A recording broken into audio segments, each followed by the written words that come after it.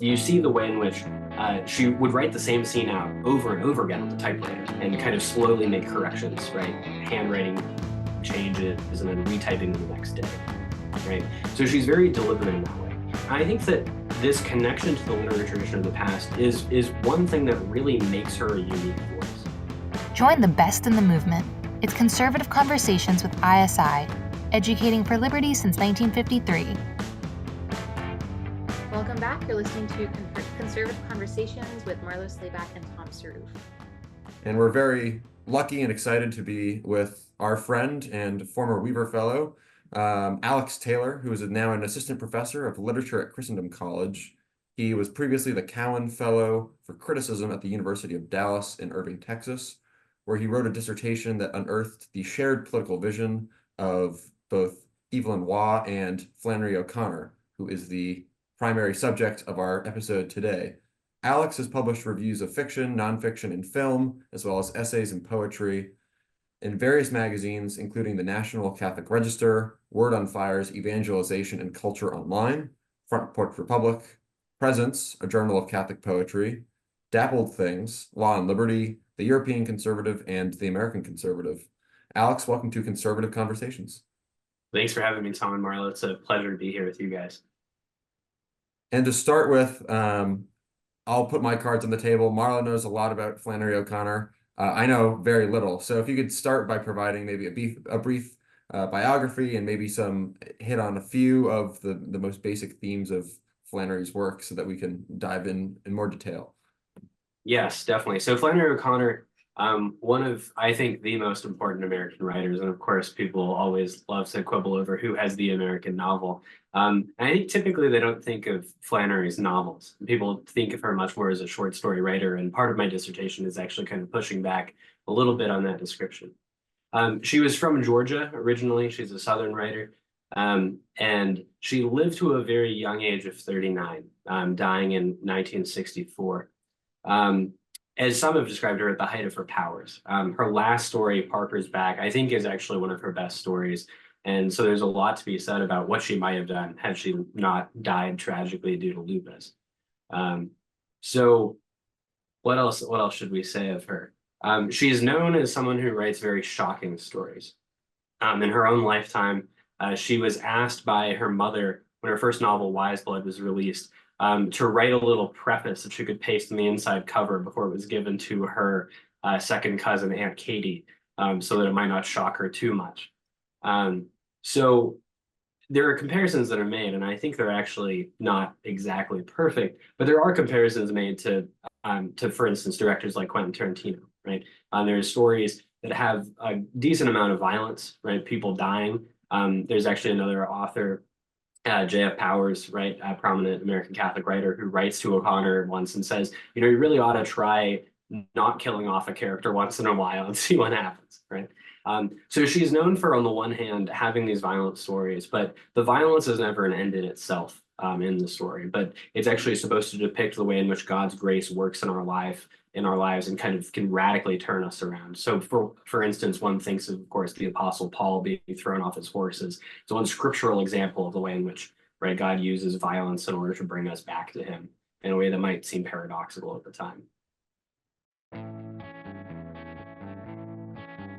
Hey there, listener. I wanted to take a quick moment to thank you for listening to Conservative Conversations. This podcast is a production of the Intercollegiate Studies Institute, and our mission here at ISI is educating for liberty. If you'd like to join us in fulfilling our mission, consider helping us by rating and reviewing this podcast on Apple Podcasts, Spotify, or wherever you listen, to help us reach more listeners like yourself. Now, back to the show. Something I love about Flannery O'Connor, and it's so interesting because this was even before I became Catholic. I converted from Eastern Orthodoxy, but whenever I was in college and I was studying creative writing at a public school, I went to the University of Pittsburgh. I remember being in a creative writing class. It was a fiction writing class. And I started reading Flannery O'Connor because of an assignment for the first time. And in retrospect, it seems really bizarre to me that I was handed this she was a practicing, pretty devout Catholic Christian writer.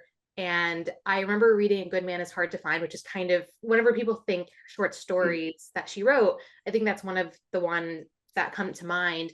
And I remember thinking like, wow, this is definitely not a genre I usually would bring myself to read by my own volition. It's definitely, she has this fascination with the morbid and the sordid.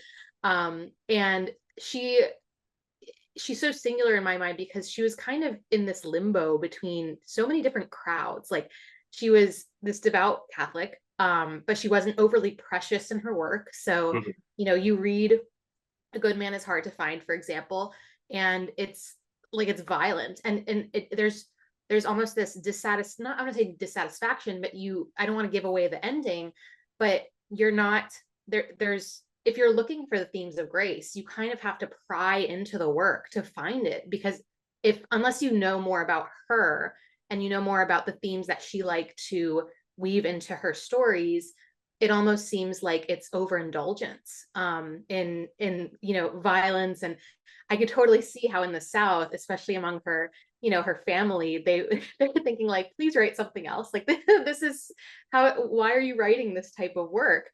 And I think people might read it and think, especially fellow Catholics, Christians, this is morbid and at times vulgar.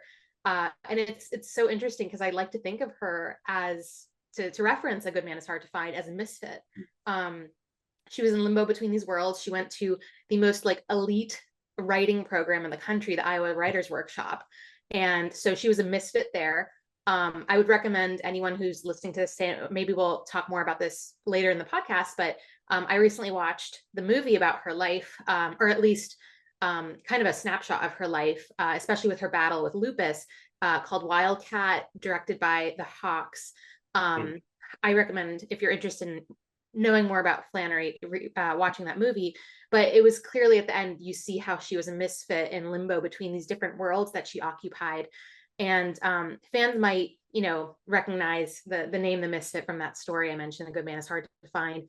But how would you describe her influence on, I guess, the broad American literary scene, but also in the narrower Southern tradition? Because she was from Georgia. She, in the movie, you can see that when she's making a trip up to New York, she has this Southern accent. Like, she's very much so a misfit in New York City.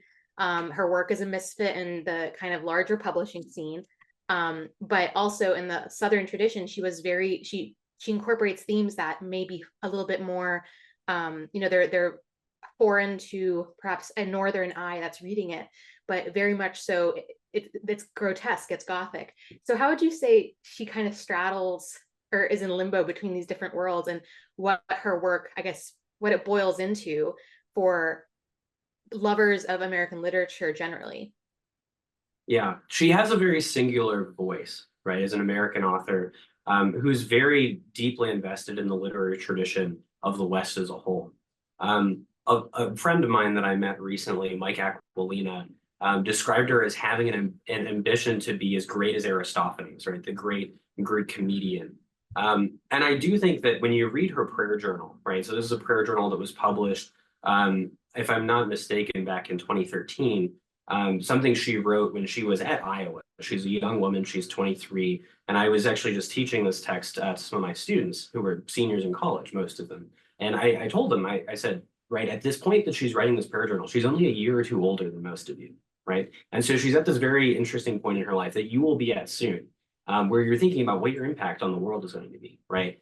How are you going to do something that is kind of building on the tradition as you've received it, but is uniquely your own contribution, right? And I think we see in the prayer journal, right, there is this ambition to be a great writer, but it's tempered by an understanding of her own intellectual and moral failings and her need for grace, right, from God, in order not only to be a better person, but also to be a good writer. So I think this is particularly interesting. Thomas Merton, the Cistercian Trappist monk in Kentucky, famous for writing his autobiography, The Seven-Story Mountain, once wrote of O'Connor, I believe shortly after her death, that he wouldn't compare her to most kind of modern contemporary novelists, but he would rather put her alongside someone like Sophocles, the great Greek tragedian. And I think there's real wisdom in that, because when you look at what O'Connor does, she has this tremendous dramatic sense. This is the way that Carolyn Gordon, one of her mentors, great Southern author in her own right, describes O'Connor's writing. You look at the sentences of her stories or her novels, and there's no superfluous words. Everything is intended, everything is very particularly ordered. And I actually learned a good bit about this when I was doing some research this summer at the Flannery O'Connor archives, looking at her manuscript copies for her first novel, Wise Blood. You see the way in which she would write the same scene out over and over again on the typewriter and kind of slowly make corrections, right? Handwriting changes and then retyping them the next day, right? So she's very deliberate in that way. And I think that this connection to the literary tradition of the past is one thing that really makes her a unique voice, because she's not simply repeating other things that Southern authors are doing, but she is really using the whole tradition in a profound way in order to do her own thing, right? Revitalizing the old. There's something she discovers, she mentions, I believe, in a letter, that in a way, what she was doing all along was writing something like medieval morality plays, right? And of course, if you've read medieval morality plays, you can see the resemblance. And at the same time, you understand that she is adding to that tradition, not simply repeating it. Her characters have perhaps a larger existence in our minds, right? We think of the Misfit, we think of O.E. Parker and Parker's Back, and they have a greater existence for us than someone like Everyman in that play would. Yeah, Alex, and in light of that point, maybe you could speak also to some of her influences, so who she was influenced by within the tradition, that she's kind of playing with as she's adding on to, as you were saying, to sort of not restate, but to like create in her own right. What are the sort of things, both I'd say literary and philosophical, that she's drawing on primarily from within the tradition? There are a great number. So for instance, the French Catholic writers, Bernanos, Francois Mauriac, these are great influences on her. When she was asked herself about influences, she says, well, there's too many, right? She really read very capaciously when she was in college and shortly after. Fyodor Dostoevsky is particularly important for her as well. Part of the argument of my dissertation is that Evelyn Waugh, the English Catholic author, who many will know because of his novel Brideshead Revisited, I think was also a very significant influence on her. Evelyn Waugh actually gave her a very, what she thought was an insightful comment on Wise Blood and on her first collection of short stories. Her mother was very offended, and I think a lot of feminists have been very offended by this sense. But O'Connor took this as a profound compliment, right? So the publisher solicited a comment for the book jacket from Waugh, and what he said is, if these stories are truly the unaided work of a young woman, then they are astonishing indeed, right? And her mother's response to this was, who does this Evelyn Waugh think, that you're not a lady, right? But O'Connor was trying to write something that was true to the whole scope of the tradition. She wasn't trying to write pretty stories, right, the young girls would read. I mean, as good as those things are, right, she wasn't trying to write, for instance, Anne of Green Gables or the works of Jane Austen, right? She was trying to do something different, and she wanted to be able to play on that level of the literary game. It was very proud of Waugh's acknowledgement of that. Among her philosophical influences, right, Thomas Aquinas very frequently cited. There's a fascinating book out that I've written a review of by Father Damien Ferencz on kind of the philosophical background, what O'Connor would have read, not only of Thomas Aquinas himself, but prominent 20th century Thomists, such as Jacques Maritain, Etienne Gilson, among others. All right. She does also very interestingly follow the work of Russell Kirk, and she actually does meet Kirk. I believe it's only on one occasion, but perhaps it's twice, if I'm not mistaken. And they have a very, very interesting back and forth. Kirk writes a short memoir about his meeting with O'Connor after she passes away. And it seems actually that she did, right, when she met him, it was at the house of a friend, and they asked her to read one of her stories. And it seems that she may have actually encouraged Kirk in his own story writing career. So this is a question that I love to ask people who are kind of familiar with the larger conservative, lower C conservative literary landscape. And by that, I mean, perhaps writers that have more or less been, adopted, or at least are in the fold of what would be considered a conservative education. And I use that term very, very loosely.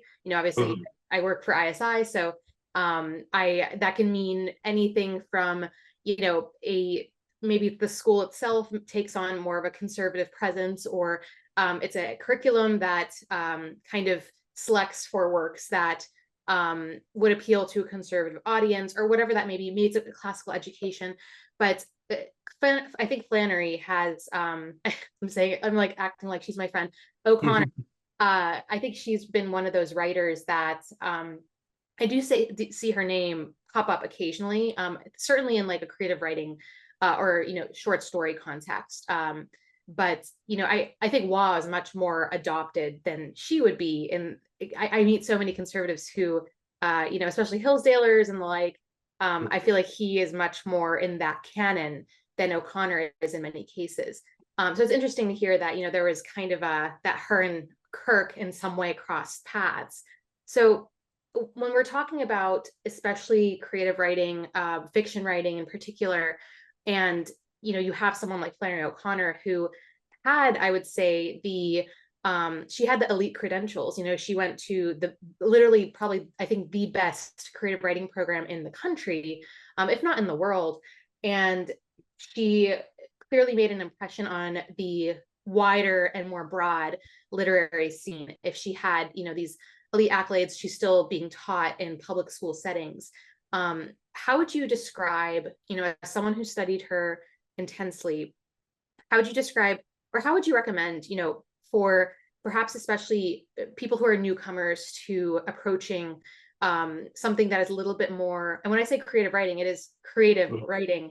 It's, oftentimes there's a lot of, if you've never been part of a creative writing workshop, there's a lot of opportunity for experiment. And I feel like she is a great example of what experimental writing can look like, especially in the context she was writing in. Like I mentioned, she was kind of a misfit. Not a lot of people took to her writing quite easily. How would you say, what's your recommendation as someone who studied the topic and studied O'Connor?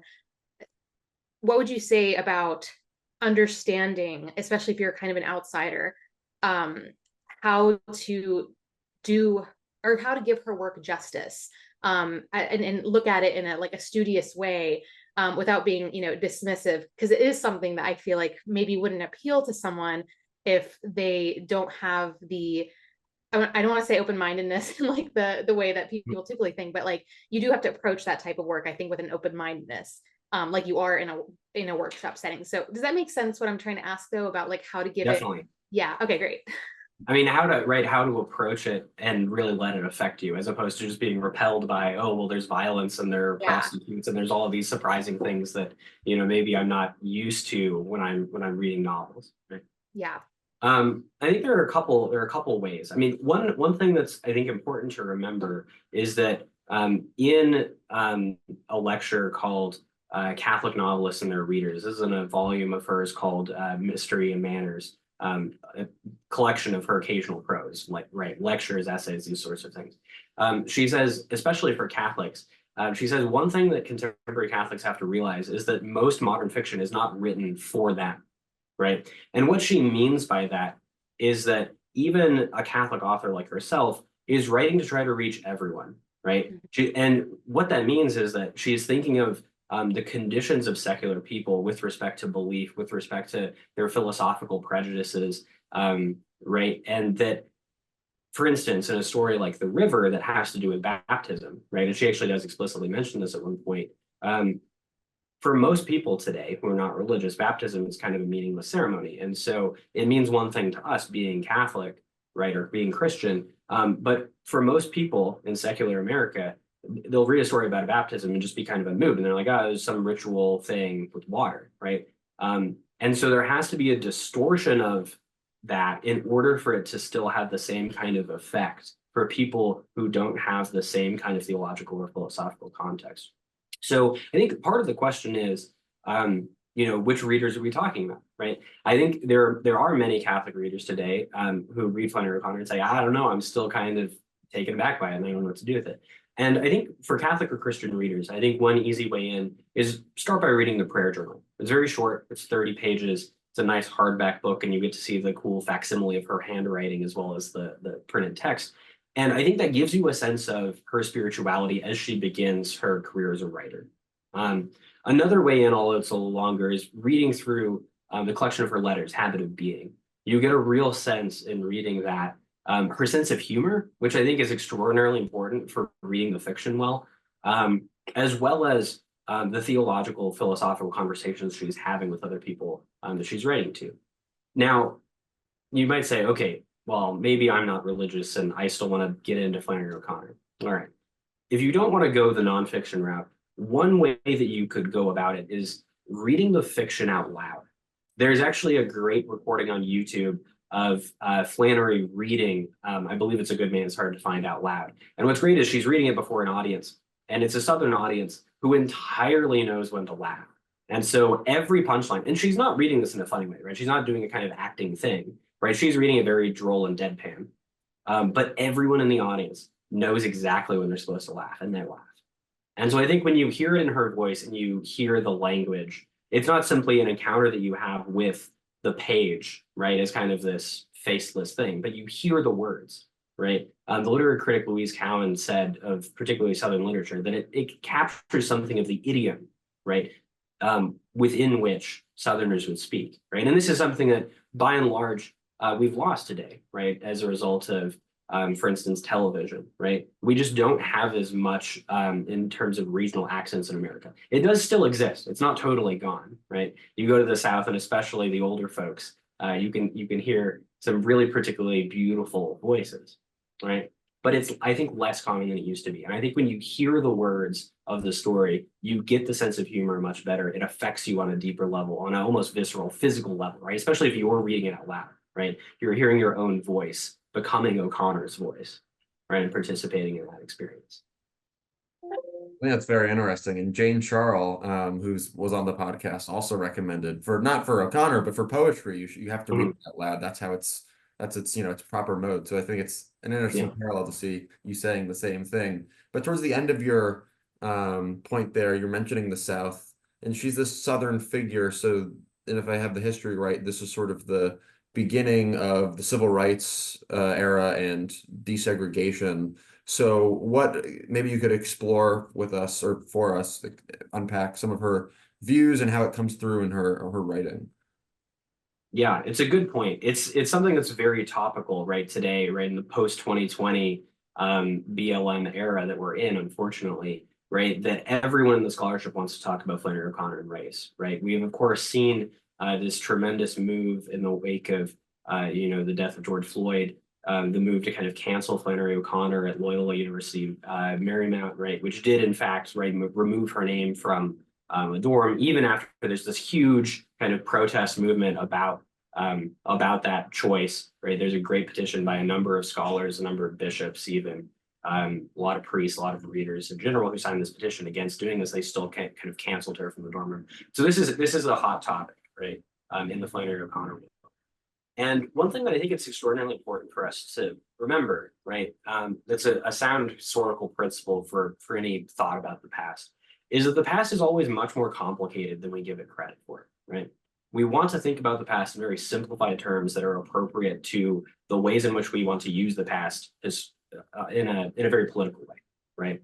And you see this, I think, with the conversation about the civil rights movement, right? It becomes this very simplified morality tale, right, of the good people on the one side, right, and the bad people on the other side. And the real truth is that it's much more complicated than that. There is something true to that narrative, of course. That's why it's so attractive, right? There's something very good about Americans coming together and not, right, separating ourselves on the basis of our skin color, right? Very inspirational line of Martin Luther King on that point, right? And yet you have, for instance, right, when you look at the 1964 Civil Rights Act, you have prominent Black thinkers at that time who were arguing that there are constitutional problems with the 1964 Civil Rights Act. So it's a much more complicated historical phenomenon than I think many scholars really allow it to be. When it comes to her fiction, right, Flannery will occasionally depict Black characters. And there's a very interesting sense in which, the N-word does show up in stories. And this is something that, of course, people are talking about all the time. But she has a sensitivity to it, and she understands, right, that this is a word that's used to belittle people. And she has it in the stories as a way of telling you something about the characters that are using that word, right? And so, for instance, in a recent book on O'Connor, where there are kind of large quotations from the works, I saw that that word was removed and you have N dash, right, everywhere. And you just miss something about what she's trying to do in the story because she knows that that word is provocative, right? And it's supposed to tell you something about the moral character of these characters, right? But there is a way in which O'Connor resists the desire to make the stories kind of transparently political in a topical way, right? Because in order for art to be itself, right, it has to avoid being mere propaganda. Something she says in a letter kind of about this is that the topical is poison when it comes to literature, right? So she's not writing stories as, you know, for instance, another Southern author, someone like Eudora Welty would, that deal like very centrally with race as a political issue at that time. O'Connor generally avoids that. There's one story, Everything That Rises Must Converge, which is the story that from which she draws her title to her last posthumous collection of short stories, that does deal with race, but the way in which it does it is profoundly interesting, right? And I think it actually is something that, if read carefully, would shock many of kind of the social justice activists who might immediately kind of jump to it. Because you have the character Julian, and I won't spoil the story, but Julian is kind of a ahead of his time social justice warrior, right? He's very upset about the past, about his family's involvement in segregation, and particularly his mother's attitudes towards race really rile him up. And he spends much of the story trying to kind of castigate his mother, whether openly or implicitly, in order to teach her a lesson, right? And he actually uses that kind of language, right? But we see by the conclusion of the story, the way in which Julian's pride, right? The way in which his lack of filial piety, right? Even though perhaps he is right on the racial question, right? That these real character flaws undermine everything he does to the point where he's trying to correct his mother, but he might end up losing her entirely, right? So O'Connor will deal with these sorts of issues in ways that don't give in to kind of the prominent political narratives that aren't primarily interested in policy, right? Whether this bill or that bill is bad, right? But deal with the deeper human significance around these issues. So you kind of addressed this earlier, but I'd love to put it even in more of a spotlight here. Is she was very aware that she was right, and she wanted to write for a large audience, so that's secular society, but also perhaps, you know, Catholics, Christians, Southerners, Northerners, and that I feel like for a writer at that time, when compared to a writer today, perhaps that's a different mindset. I think today the literary world you'll have these bestsellers that you see at airport, you know, gift shops and things like that. But my sense, especially in these, you know, the type of work that would be published somewhere like the Paris Review, does have a much more insular, I think, following. So obviously she's been able to stand the test of time, and she's still read widely by both, despite those who are trying to cancel her in the recent years. You know, I was in college between 2014, 2018 undergrad, and I was still assigned Flannery O'Connor at that point. So even during, you know, there was a little bit more, it was, you know, post 2014. So there were racial sensitivities definitely at play, but she did not meet that threshold quite like she did years later for being problematic. How would you say, what is if we're thinking of those two audiences, a secular audience and also an audience that would be sensitive to themes of grace and some of these other deeper theological themes, and kind of her metaphysical, when she puts on her metaphysics cap, which she does very often, as you mentioned earlier, it seems almost inseparable from her writing abilities, that this is something that animated how she approached her storytelling and plot writing. How would you say she kind of maybe perfects as being extremely charitable? And I don't want to be, I'm not trying to be uncharitable, but maybe that's, you know, I think every writer would take issue with their writing in some way, would say it's imperfect. But how would you say she kind of is able to, or should serve as an example for both of these readers, for a reader that is coming in from a public school setting, or is coming in from, I'm as not being religious, versus someone who is maybe a conservative, a Christian, a Catholic, or whatever, follows some faith tradition. And in what way does she bring those two worlds together in a way that maybe seems different from, or even unique to something that writers are doing, whether at her time or even now? Because, you think of other, I think you could probably think of a handful of writers today that perhaps weave those themes into their writing in more obscure ways, but she, I think, very distinctly did it. And maybe I'm seeing these things because I'm a Catholic myself, but how would you say, like, is that a skill that is that a craft rather that is lost to us now that you feel like she did really well? Or was this something that was in the water at the time that was more permissible, or even maybe at some point, well, clearly at some point, since she became considered part of the American literary tradition, appreciated and kind of acknowledged as being unique, and also worth emulating in other writing? I guess I would distinguish between the way in which O'Connor writes and the way in which she wants to be read.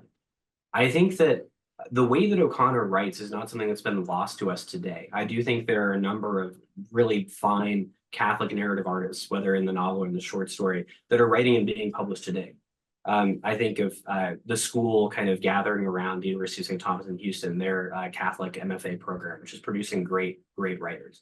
So I think that writing is happening today, but I think that the difference is largely that the audience that it gets, right, tends to be more exclusively Catholic than, for instance, what Flannery O'Connor got. Flannery O'Connor is publishing in a kind of major mainstream publishing house, right, for Art, Strauss and Giroux, eventually, is what it becomes, right? And we have now a kind of publishing infrastructure that is not, unfortunately, always interested in craft, right, in the good of fiction, right? But we have a great deal of kind of bestsellers that are published because they have some theme that's politically popular, right? Is it LGBTQ? Is it Asian Pacific Islander Awareness Month, and we have some author from there that publishes something? That's not to say that none of those works has any literary merit, but that often what the publishers are looking for is not literary merit, right? They're looking for representation, right? And unfortunately, I think some readers today, I don't know how many, but I think some readers are looking for this as well. As well, if I'm, for instance, as I am, an Indian American in part, maybe I want to read stories about Indians in America, right? And I'm less interested in just the good of the fiction. I'm more interested in feeling like I belong through reading fiction, right? And maybe there's nothing bad in that in itself. I think there are certainly limits to it. I think if that's the only reason why one reads fiction, there are profound problems there, because we're not being exposed to the wide array of experience that exists, which is a real part of why we read fiction at all, right? Is to see the world in a way that we hadn't seen it before, right? So I do think there are real profound limits to that. And particularly because if that's a felt compulsion, right? If we have to read, right, things that kind of belong to our tribe, maybe it's because we don't actually feel like we do have a sense of belonging in our own personal life, because we're not close to our own families, because we don't have close ties to our community where we feel like we're able to exercise our God-given talents in the ways that we're being called. So that might be a particular problem that the publishing world is dealing with right now. So I think that one way of looking at this, right, whether you're Catholic or not, reading someone like Flannery O'Connor or trying to read fiction well, is that O'Connor says in an essay that the fiction writer has to begin where all knowledge begins, which is in the senses, right? This is a kind of basic Thomistic principle about knowledge, right?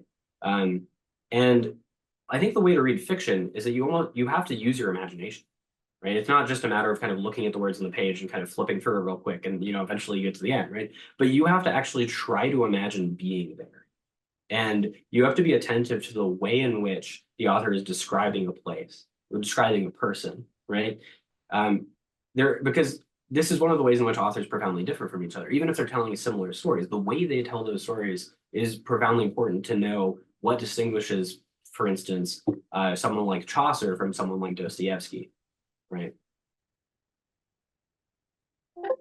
I think, Alex, a lot of what you just said could be applied to the new movie that came out about her. Just like, are we taking O'Connor as she is? Are we applying or making this movie in order to glorify a certain aspect of her at the expense of some other part, given the current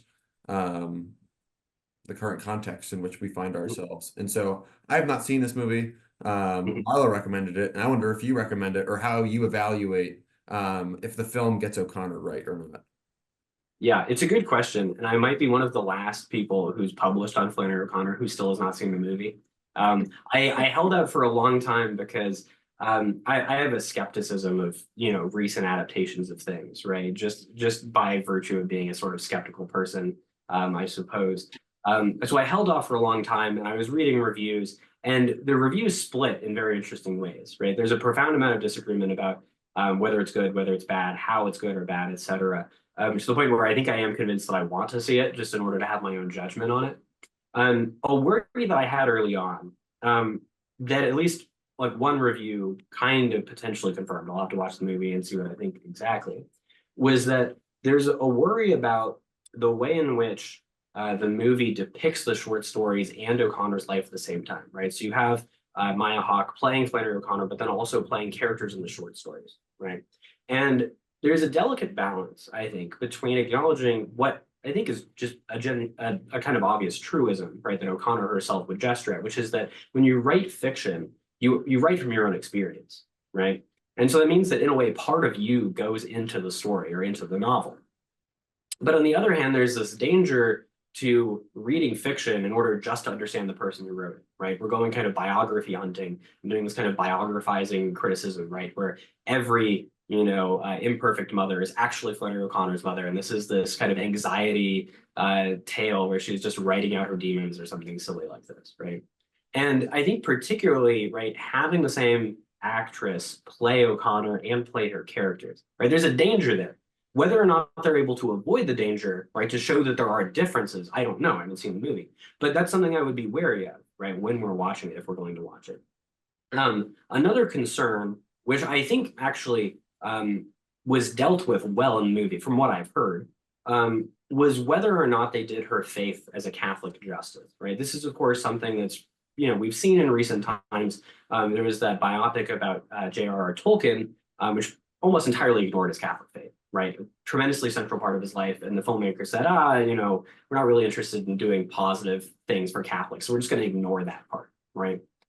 So we've seen this in recent times where serious major films about authors who were deeply Catholic, they just ignores their faith. And I think in this film, that is not the case. And when you actually hear about the genesis of the film, you understand why, because Maya Hawke, in part, was inspired by Flannery O'Connor's prayer journal. She actually gets permission to do an adaptation of the prayer journal for auditions, which is particularly interesting because this means that she's reading in a kind of O'Connor persona these prayers that are directed to God as part of her acting, right, from an early age, right? So from what I've heard, again, not having seen the movie, it does seem like her faith is taken very seriously in the film, right? There's, of course, an interview that the Hawks do with Bishop Barron where they talk about this at great length. So I'm looking forward to watching the movie and going over some of that material more closely. You should watch the movie and then write a review for Modern Age, honestly, because I'm not sure if anyone has written a review on Wildcat yet for Modern Age, but that's kind of the sense that I got about how the Hawks interpreted her faith and how they, made sure that it wasn't just a kind of a tokenization of her faith in the movie. Something that I was complaining about a few months ago was the movie Cabrini, because I felt like that's something that those directors actually did for, Mother Cabrini, was kind of in all meaningful ways that they could have represented this woman as this, she's a religious sister, a woman who is a Catholic, devout Catholic, it was just totally, it was not represented in the movie well. But when I watched Wildcat, and I'd be interested in what if any of our listeners have watched it yet, or if not, I recommend you do watch it. It's not that long. There are some liberties that they take that were like, okay, I wouldn't have done that. Like, for example, Liam Neeson plays there's a priest that I think he's delivering extreme unction to her because she was extremely sick. I'm not sure if she was, maybe on her deathbed, but it was certainly she was being anointed, I believe. And it was while she was suffering in kind of the worst days of her lupus. And he has a very kind of his background and some of, I think he did some, like in Ireland at least, said some pro-abortion things that, kind of seems scandalous in the context of him playing a Catholic priest in this movie. But otherwise, I felt like, they incorporated some of her, even if it wasn't necessarily directly drawn from the scene that they were representing her in, they did, I think, very favorably represent her as someone who took the Eucharist seriously. One of her most famous quotes is, well, if it's just a symbol, then to hell with it. And her being very much so a misfit in the crowd at the Iowa Writers Workshop as this practicing Catholic when she's around these atheists who kind of mock and ridicule any faith, but especially Catholics. So as being, almost like this, it's almost like a cute thing that that she was, if they didn't downright, dismiss it as being naive and not, as as worldly as the rest of the writers there were. So I personally thought it was a good representation. I'd be interested in what you think as someone who has studied her much more closely than I have. But that's at least my interpretation after watching it. If anything, my husband, who I turned on to reading the Word on Fire, actually, Word on Fire recently published. I think it's a reader.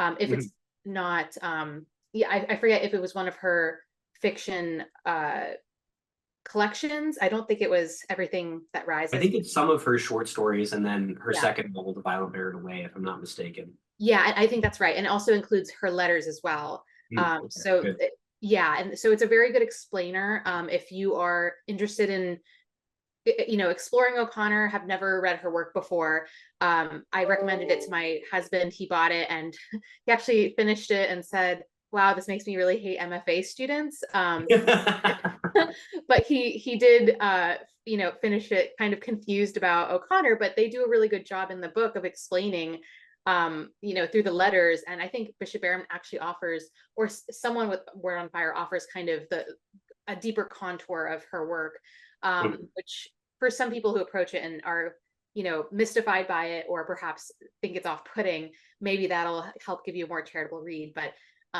that's, at least in my personal experience, what has worked for people who are new and would like to approach work. So I guess that's our way of, kind of wrapping things up. Would love to hear what you would suggest for anyone who wants to approach O'Connor, and whether it's through film. I know you haven't watched the movie yet, but I would suggest Wildcat. Would love to plug, if you write a piece, please let us know. We'll retroactively put it in the show notes. But if there's any other, as far as her novels, but also her short stories, that you would recommend readers start with to get to know her a little bit better in her writing style. Yeah, there's so many different ways in. One thing I would suggest readers do, if you've got the patience, right? Some of us a little, ADD in this digital age of distraction, and, a short story is the best way to start, right? But if you can take it slow, I would really recommend starting with one of the novels. Wise Blood, I think, is a particularly good point of entry. And you have to read it kind of very slowly with an attention to the language, to what's happening. Because she really is a profoundly skillful novelist as well as a short story writer. Of course, A Good Man Is Hard to Find is one of the classics. I think when you read it, you have to be attentive to the details and to what you're not seeing as well as what you are. A reason why I said I think the Tarantino comparison is inapt is that, I won't spoil it, but there are some death surprise in A Good Man Is Hard to Find. But what the reader actually sees visually is very limited. And I think this is of great importance in that O'Connor has a particular care to not show her reader anything that she thinks would be damaging, right? And she does say, like, there's this balance between, on the one hand, caring for the good of the work of art, and on the other hand, caring for the reader, right? But I think A Good Man is hard to find as a good place to start. Another one of my particularly favorite short stories, that I think really might be her best work that I mentioned, is Parker's Back. Parker's Back, in a way, really does defy, I think, kind of the typical stereotype of how an O'Connor short story works. So I think that's a particularly interesting one to read. There's one called The Enduring Chill, which I think is Flannery O'Connor responding to James Joyce's Portrait of the Artist. So that might be of particular interest. But if you want an easy way, if you're driving in your car and you're like, I don't have a ton of time to read, unfortunately, right? But you have a commute, just listen to her read A Good Man is Hard to Find, and see what you think. Well, having read and listened to none of these things, I think that's what I'll do as I go home tonight. So thank you, Alex, and thank you for coming on the podcast. What do you recommend listeners read of your work, whether it's about O'Connor or Evelyn Waugh or anything else that you've put out? Yeah, there's a lot of kind of scattered things I've written, and you gave me the long citation with the bio with all of the different places I've published. So you can go look in those places and search my name, and you'll find things. It really does depend on where your interests lie. If you're interested in kind of like long explanations of things, kind of academic articles, that sort of thing, I published a couple things. The Flannery O'Connor Review has one of my articles on Wise Blood. English Studies, which is another academic periodical, has one. If you're interested in shorter pieces that do different sorts of things, there's a review I wrote of Father Damien Ferentz's book on O'Connor and Law and Liberty that I particularly like. So I think that's worth checking out. So those are the places I would start. Excellent. Well, thanks again, Alex. Yeah, of course. Thank you guys for having me. It's been a pleasure. Thank you for listening to Conservative Conversations with ISI. If you've enjoyed this episode, be sure to check out our website at isi.org/resources to see all that we offer our members, including the Intercollegiate Review, select modern age articles, debates, lectures, and of course, this podcast. Thanks again for listening. Don't forget to rate and review, and we will see you next time on Conservative Conversations with ISI.